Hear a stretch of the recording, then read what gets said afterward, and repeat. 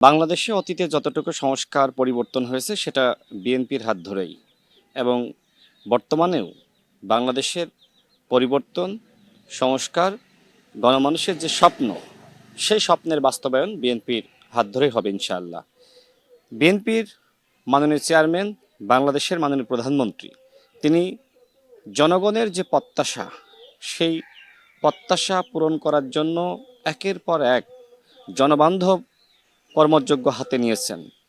Family card, কৃষি card, খাল খনন কর্মসূচি, এরকম অসংখ্য কর্মসূচি তার পরিকল্পনায় রয়েছে।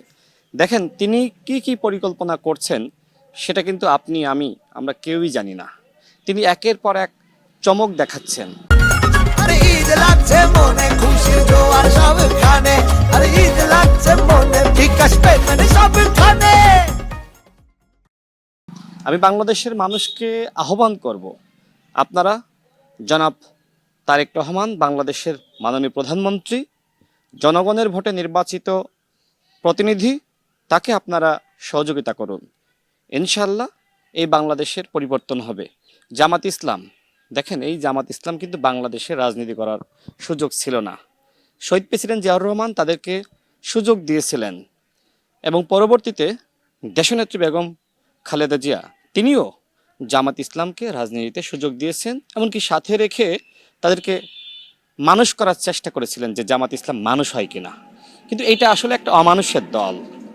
আমি প্রায়ই বলি, যদি ভবিষ্যতে কখনো জামাত ইসলাম বাংলাদেশে ক্ষমতায় আসে, সেক্ষেত্রে আওয়ামী লীগের থেকে ফ্যাসিস্ট হবে জামাত ইসলাম। এই যে ইবনে সিনা, ইসলামী ব্যাংক সহ তাদের যে প্রতিষ্ঠানগুলো রয়েছে, সেখানে দেখেন যে শিবির না করলে সেখানে চাকরি করা যায় না। এইটাই তার প্রমাণ। যদি জামাত ইসলাম ভবিষ্যতে ক্ষমতায় আসে, এক সপ্তাহের মধ্যে সকল কর্মকর্তা কর্মচারীকে তারা কিন্তু সরিয়ে দিয়ে নিজেদের দলগত এবং দলদাস যারা শিবির জামাতের কর্মী, তাদেরকে কিন্তু বসাবে।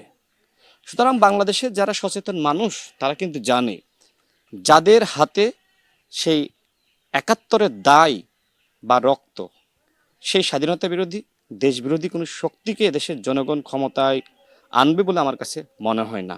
তারা এই মুহূর্তে যেটি করছে, বিএনপির বিরুদ্ধে নানান ধরনের চক্রান্ত করছে, এমনকি হুমকি দিচ্ছে যে ১৬ দিনে চাইলে নাকি তারা বিএনপির পতন ঘটাইতে পারে, অথচ ১৬ বছরেও নিজেদের কার্যালয়ের তালা খুলতে পারে নাই।